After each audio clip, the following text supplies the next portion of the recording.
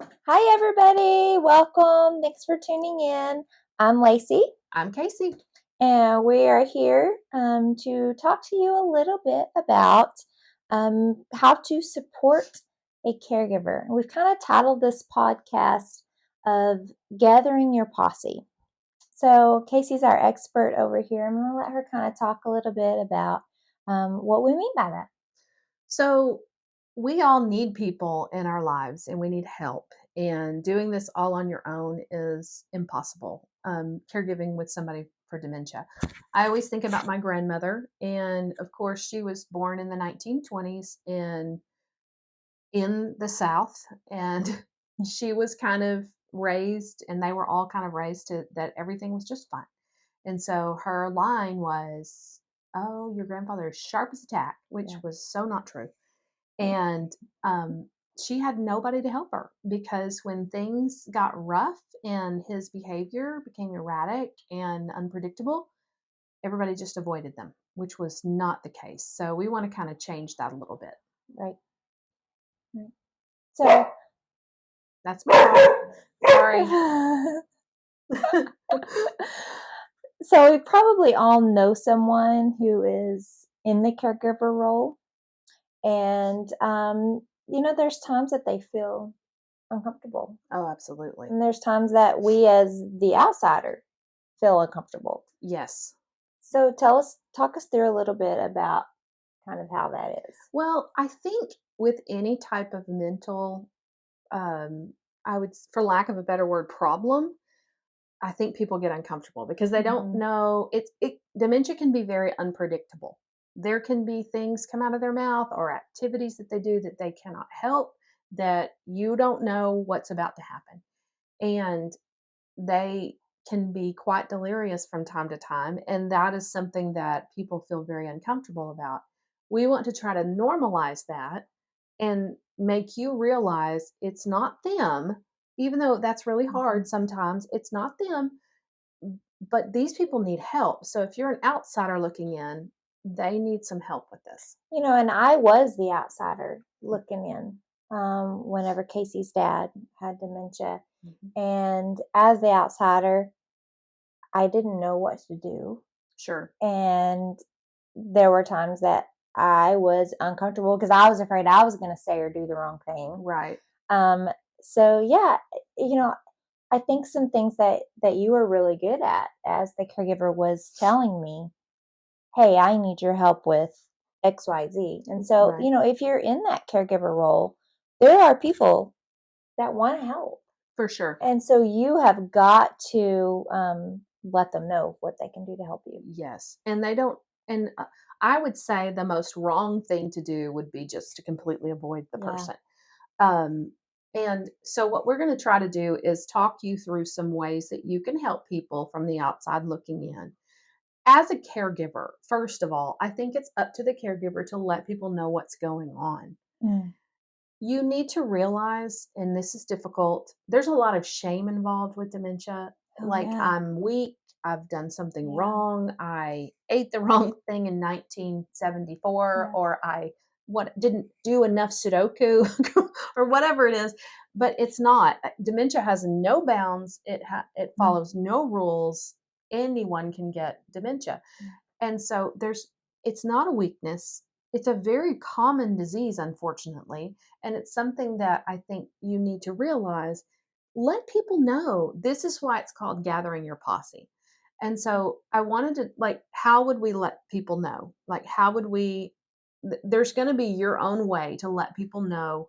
What's the most comfortable process? I guess it Right, all just depends on you right. and what you're comfortable with. My grandmother had her head in the sand, but of Mhm. course, everyone in that generation did.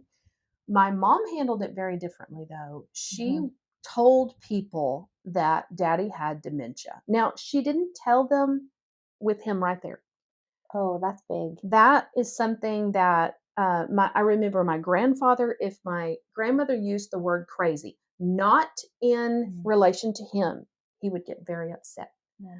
And so we always tried to be very gentle around our loved one and not be like, he's got Yeah. dementia or whatever it is. So It's going to be up to you how you let people know. I was thinking, my mother told them in person, but she also is going through grief share because daddy passed away last year. And in the grief share, it talks about writing letters to let people know what you're going through.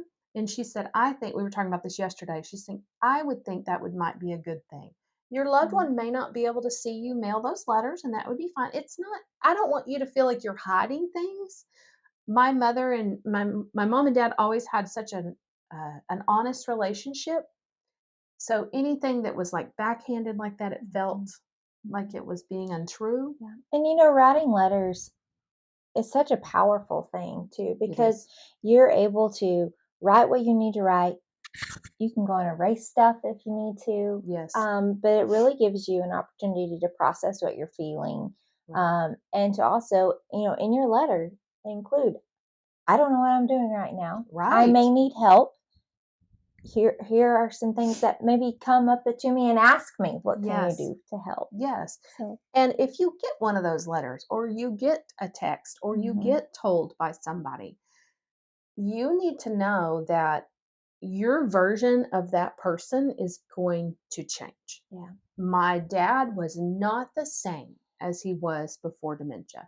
He was always social. He would talk to anybody too much, but he became very withdrawn because he was afraid he was going to say the wrong thing. He was embarrassed by it for a long time. So just be aware that things are about to get really difficult and scary and hard. Yeah. Yeah. Acknowledging that. So I remember whenever we got the news about Casey's dad, and I immediately thought, oh no, he's not, Sure. because he was the best at faking it. Yes. He was very, very good at faking it, and it took a while before I don't want to use the word agreed with you, but before I kind of realized that, oh, okay, yeah, but yeah, that faking is very, very easy. Oh, yes. To do. And if you are just to talk about the weather kind of relationship, then you will never know that anything is going on. It is, you have to spend quite a bit of time with them. That's why it's so important to believe them and just realize that you don't know what's going on. None of us know what goes on inside closed doors in relationships. But when somebody says, my partner, my spouse, my person has dementia, that is serious, and you need to definitely believe them. Yeah. That was, again, I remember that of you telling me stories about something that you dealt with your dad, and so it was through your stories and through you sharing that helped us understand what you were going through. I think that's very important, having that open relationship with people, letting them know what's going on, letting them know how scared you are, how just petrifying this whole process is, because it is arguably one of the scariest diagnoses that people could get, I think. And Casey is breast cancer, and so she understands scary diagnoses. I do, and I can say this because I have breast cancer. I would rather have breast cancer than dementia. Anything that affects your mind. No disrespect with that at all, because it is watching daddy slowly diminish and go away in physical, emotional, mental capacities was devastating. Yeah. So go ahead. So it's good to understand, so good to understand that sometimes your loved one is going to have a good day, and it may throw you into this, oh, well, they were wrong about that. They're wrong. But then there's going to be bad days. Yes. And so, and I know that whenever your dad was having a bad day, well, that meant your mom was having a bad day. That meant that you were having a bad day. Yes. And so their good days and their bad days affect everyone around them. So you no longer can have your own emotions. It's dependent on them. Yeah. Yes. So their good days and bad days kind of control definitely your good days and bad days. Yes. And That is something that's very important Mm. as an outsider to know. If my mother's not at church, Yeah. there's a reason. If daddy's not at church, there's a reason.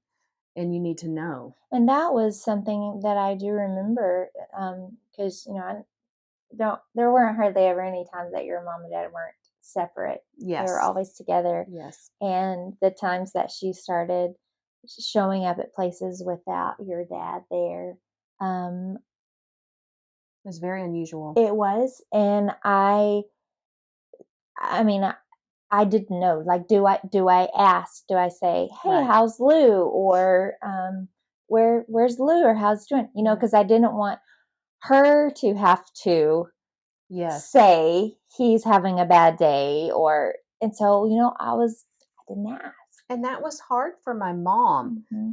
Uh, I don't know the answer to this question through my personal experience. That's why I'd like to hear from y'all. My mom didn't want people to ask about daddy. Good, I did it right then. I don't know why, but it was just like, I think some of the people that were asking about daddy so often were doing it in a way that was like, why is he not here? Yeah, And not just like, how's Lou today? yeah. Or how are you doing today? How are you holding up? Just Mm-hmm. those really meaningful questions that kind of get to the soul of the Right, person and the situation, I think would be much more helpful. right, right. Yeah. Um. So I know also it's something else that people should keep in mind is that sometimes that loved one is kind of mean to their caregiver, and Very and often. and it's not that they don't even realize what they're doing, and so um, that makes it for a really really hard time for that Yes, caregiver. They completely change. it is. Yeah. My dad got very frustrated with my mom. I think part of it is that, of course, I don't know for sure. I feel like the loved one feels like something's wrong and they Mhm. don't want to be treated like a child. None of us like to be treated that way. Right, None of us like to be nagged or told what to do over and over. right. And there's some animosity there because the caregiver's trying to take care of them, Mhm. obviously. I will tell a little story on Lacey's great grandmother. Lacey's great grandmother had Alzheimer's or dementia. I'm not sure Mhm. which one. I even remember that. And Yeah. her grandmother's name was Shirley. And she told me this story about just, she lived with her for a while, right? Hmm. And try, and I laugh because like there are things that we laugh about because the old saying, well, you might as well laugh because you can't Yeah. cry at everything. Yeah. But I literally, when she was telling me about this, I started crying because my heart hurt for her so much. But it was about how trying to find a spot to sit in the living room, and Mhm. her mother would just, I want to sit there. Oh yeah. I want to sit there. I want to lay there. And Yeah. finally, Shirley, Lacey's grandmother, laid in the floor, thinking there wouldn't be anything wrong with laying in the floor. And her mom started throwing M&Ms at her head. Yeah, I do remember that story. And I was just so devastated. Like, she was telling me it in a way that Yeah. was not mean, but I was like, I'm so sorry that Yeah. happened to you. Yeah. It's just, and as a caregiver, your day is probably filled with Oh, caring max to the max. all the time. All the time. So another important reason to, like we say, gather your posse, let people know what you need. Yes. Let people know what you need. Mhm. Um, Again, outside looking in, realize that depending on the stage that your loved one is in or their loved one is in, is how much help they need. If they're in Okay. beginning stages, my dad could go out and be in the yard and pick up sticks on his own. Mhm. As it progresses, he needs more and more help. He needs more and more reminders. Mhm. He needs help, and my dad and I had trouble even going to the bathroom there at the end.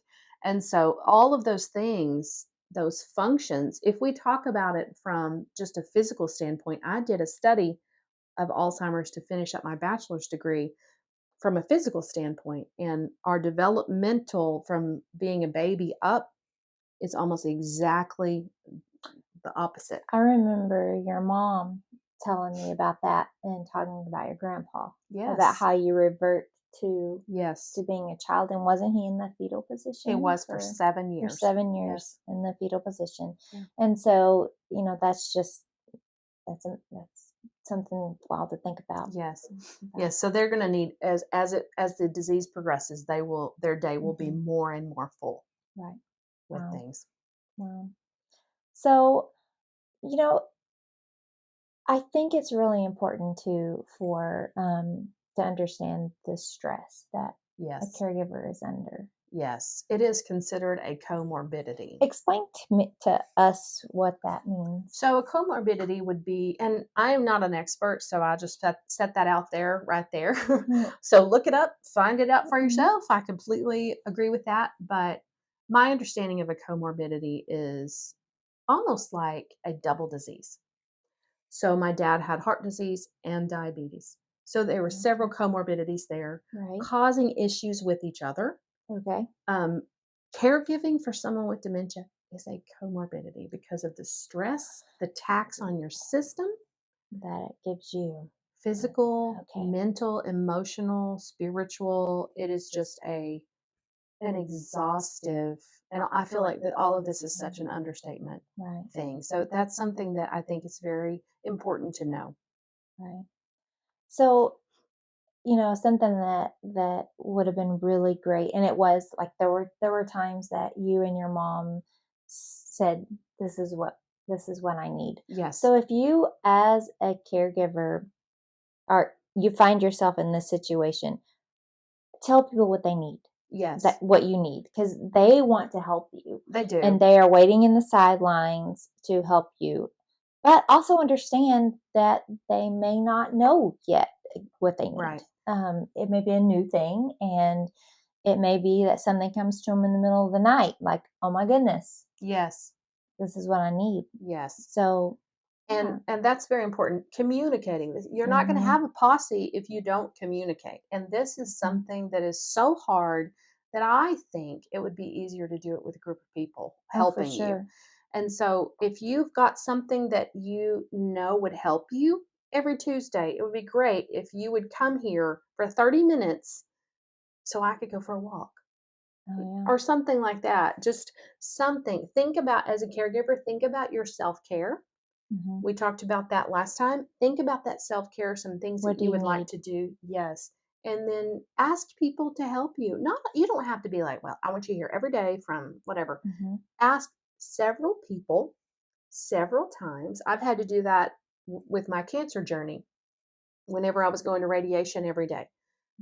Different people came on those days to help, and it didn't put them out because one person would come one day. And it was something that was very nice for them. And we are waiting on the sidelines. Yeah, there are people we are waiting on the sidelines to help. And we will help, like your loved people, the people, your group, your posse.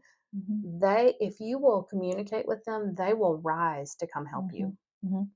And like we mentioned before, you may not know what kind of help they need. Sure. So a way that you can help them is by reading, researching, finding out what they're going through. And that will give you kind of an idea of some things that you may be able to do to help and to support. Yes. Look up those stages of dementia. Look up the Alzheimer's Association has a great website to inform people.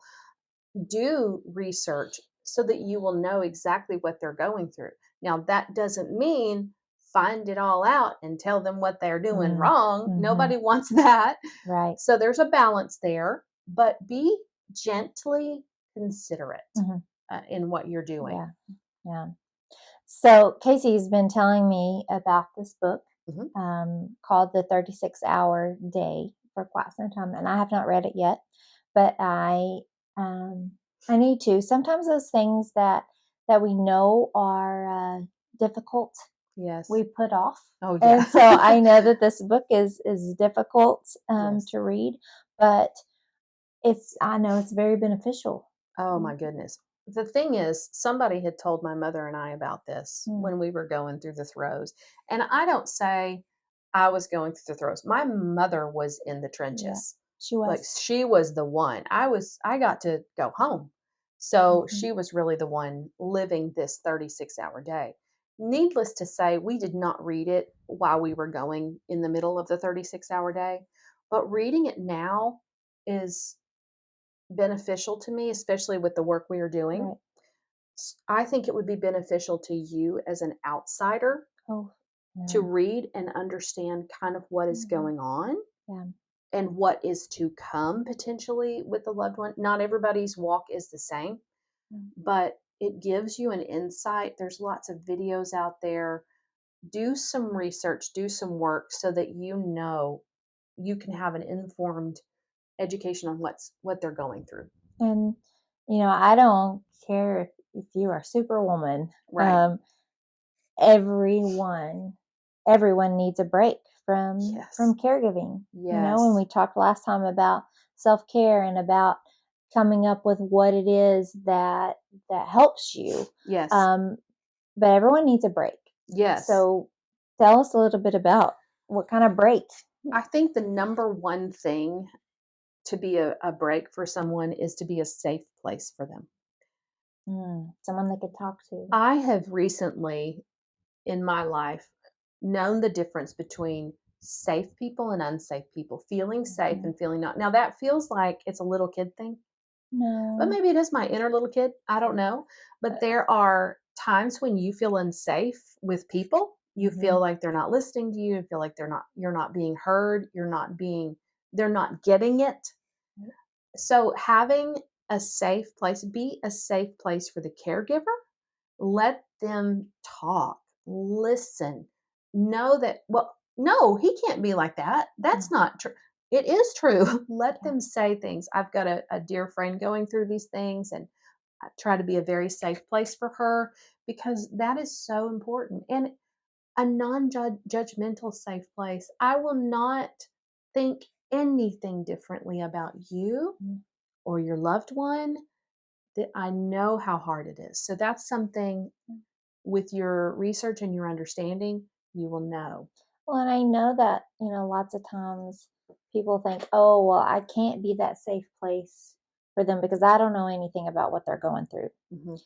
And I'm going to tell you that the best way to be that safe place is just listen. They're Yes. not they're not asking you to solve their problems. They're not asking you Mm-mm. to tell them what to do the next day. They just need to talk. Yes. And you may find yourself sitting in a room and 30 minutes have gone by and all you've done is say, "Oh, wow." Yes. But they're going to leave there feeling so And incredibly heard empowered. and say, that must be Mhm. so hard. Yeah, And you could say, what can I do to support you? those affirming words. I Nothing makes me feel more unsafe quickly for someone to try to start fixing my problems or Yes. giving me advice. Now, I Yes. know it's done in a way of love Yeah. because we want to fix I want to fix your problems. Mhm. But that is not what we need. No, just If listen. I come to you and say, "I need you to fix this," then you can do Right. it. But other than that, Yeah. you just need to listen, be there, and Yeah. be like, "Oh man, that is so hard. I am so sorry. Right. I love you so much, and I'm going to get you a piece of cake or whatever." That's chocolate always fixes Yes, things. yes, So, um, the big thing too is realizing that it's not their fault. right. It It's is not. not your loved one's fault that they have dementia. It's nothing that they did. We talked No, about it's nothing um nothing that they did. It's not their fault. no, And they don't want to be this way either. no. Don't They want to be don't. living there with that. So, yeah.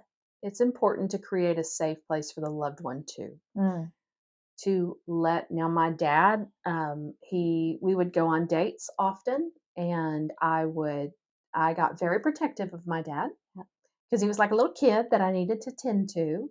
I let him say the same things over and over. Now listen, as I was an outsider in a way, but my thing was I wasn't listening to him say these things all day long. I could go home. So my mm, as a caregiver, yes, you're going to lose your patience. mm, Yes, you're going to get fed up with it. But as someone coming out and coming and being a helper, Be that place where they can say the same things, where they can be really confused. One time, my dad and I were in a gas station, and he spoke to someone and he said the wrong thing. And it wasn't inappropriate or anything, but it was just a wrong thing that he said. And he got so undone. Mm. I was right there with him and smoothed it Mhm. over. He was like, "Oh my goodness, I feel so." I'm like, "Don't." I said, "This is we are Yeah. doing this together. I love you so much just like you are. Don't Yeah. worry about it. Let's, and just keep moving." And that right there, your ability to de-escalate the Yes. situation, Yes. is very, very helpful. Yes, and there's going to be things. Calmly, Yes. Yeah, calmly. don't panic.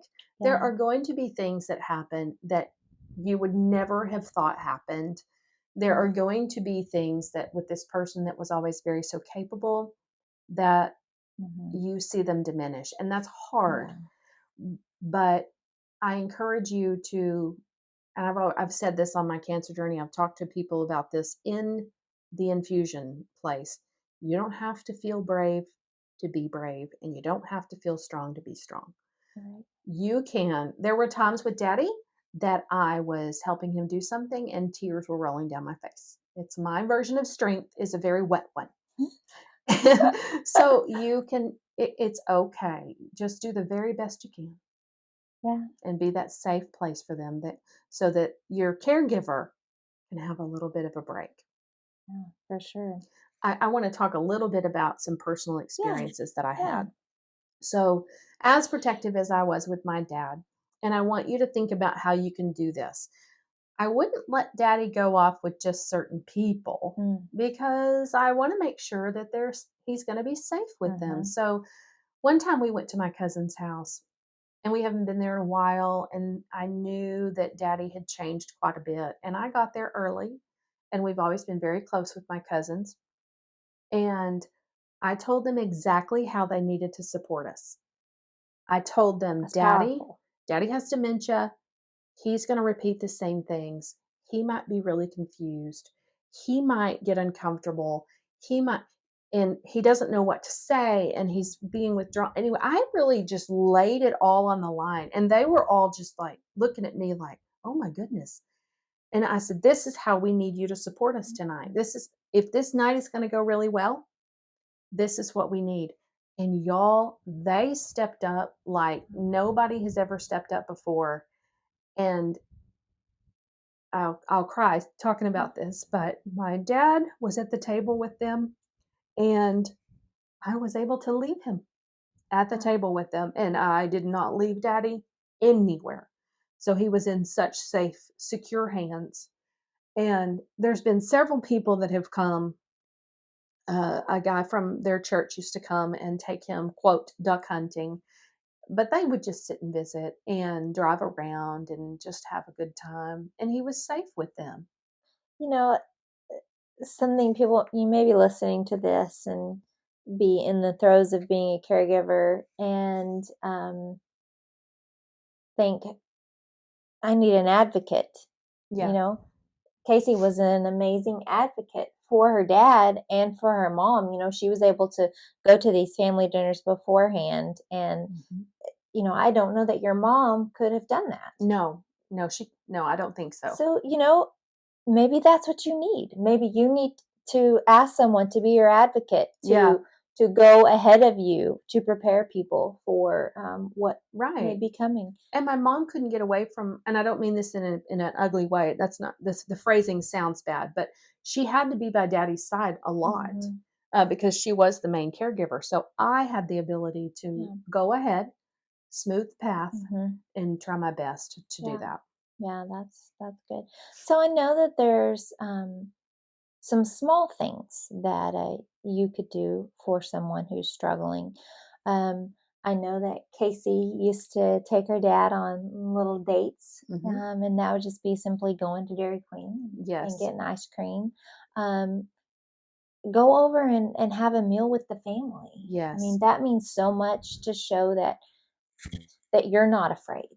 Yes, and it can be scary. I'm not Yeah, saying it's not that is, scary yeah. if the loved one is acting erratically or you're not sure what's going to happen. Mhm. But the more you're around, the easier it will be. Yeah. I had somebody that was caregiving. She said that her main caregiver, loved going out to get a Coke. Mm. That is something super simple. Yeah. And she said having someone come over so the caregiver could take a shower. Oh, yeah. Little things like that won't take a minute of your time, but it makes them feel like they're still a part of the world, Right. because their world right now is dementia, Mhm. both of them.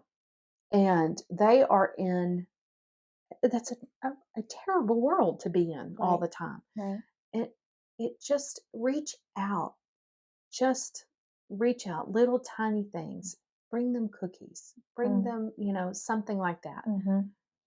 And, if you're somebody that likes to cook, Yes, do those little package individually, for one meal, but yes. put it in something that can be thrown away. Because the And last, tell them yes, to throw throw it this away. away. The last thing that as a caregiver that you need to have to worry about is getting this dish back to them. Right. I know that may be Right. simple and silly, but that's true.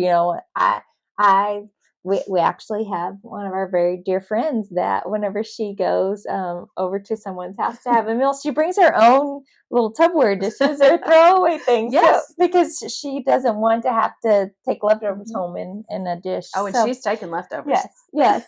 But so that's just something, the small package, it's small, Mhm. so they can just eat and then throw away the dish. Yes. Is Yes. big. Just a one meal thing. And you Yeah. might have to write, throw this away, because Yes. my grandmother would save foil. Oh, my great grandmother lived through the Depression, Yes. and man, we had a stock of butter Butter tubs dishes that for you never knew what for was in. years. Yes, you never knew. But something else that's really important to remember is that you may need to dementia proof your home. Oh, definitely. And it's kind of like having a child in a Mm-hmm. way. Worse, I would say, almost. Yeah. um, your loved one may have had guns. Daddy did. When Mm-hmm. daddy got back from the hospital and his mind was gone, he kind of forgot he was ill Mm-hmm. and saw prowlers. And so we had some cousins come and help us get the guns, and we just put them all in the vehicles, and we're like, so that's something, medications, Mm. uh, cleaning supplies. There are things that you might want to do that you do with small children. Yeah, and that's you may be like you don't know where to start. So again, think about how would you toddler proof your home? Right. Would you leave the sharp knives sitting out? No, because you never know when those accidents may happen. They may Definitely. hurt themselves, Yes. and that's not something that you want to Right. And the go with. reason I bring this up with this podcast of gathering your posse is you may have to ask some people to keep some of your stuff for a Mm-hmm. while. You Mm-hmm. may have to you may have to get your car out of there. You may have Yeah. to park it at your friend's house or something like that. And Right. so there are a lot of different things that your friends can help with, Mm-hmm. to do that. And we'll try to start thinking about more ways to Yeah. kind of dementia proof a home. Yeah, yeah. So, another thing is just running simple errands. Yes. If they you could do it for them Hmm. or say, "Hey, I will let me come and sit with your loved one Hmm. and let you get out of the house to go run some errands or Yes. doctor visits or All of those things are very difficult if you're going to take a loved one with you. Mm, It is a big deal. There are times that your loved one, as they progress through the disease. Just one example is they become incontinent quite a bit, so that can be a big stressor. yeah. My dad was drinking coffee all the time. Drink, drink, drink, drink, drink, drink, drink, drink. I'm like, quit drinking. But one time, he came with my mom to an appointment. I think it was a chiropractic appointment, and she came out. He was notorious to stay in the truck, and he was gone. Oh wow. And he had taken the car to the bathroom, but he was very prone to get lost. And Mm, her heart just fell. yeah. So going with them, sitting with a loved one, that kind of a thing, those can be very, very helpful. Right. Right. So, and remember that, any kind of travel, Yes.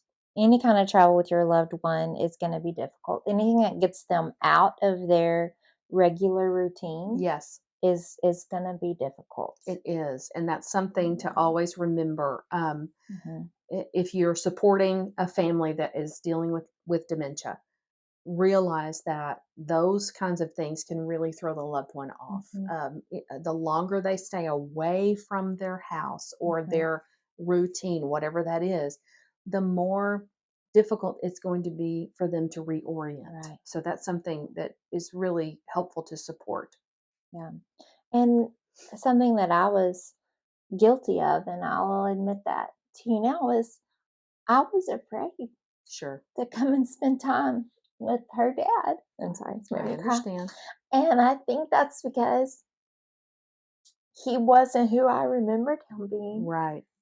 And so yeah, I was guilty of being afraid to come and spend time with him.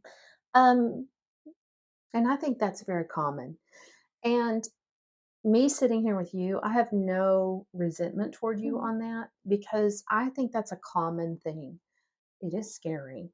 And that's also kind of what we're trying to do with Lou, which is named after my dad, is open that conversation. Let's quote normalize this walk yes. so that people aren't as afraid, so that they know that he has a disease and Mhm, those kinds of things. We understand that not everyone can do that.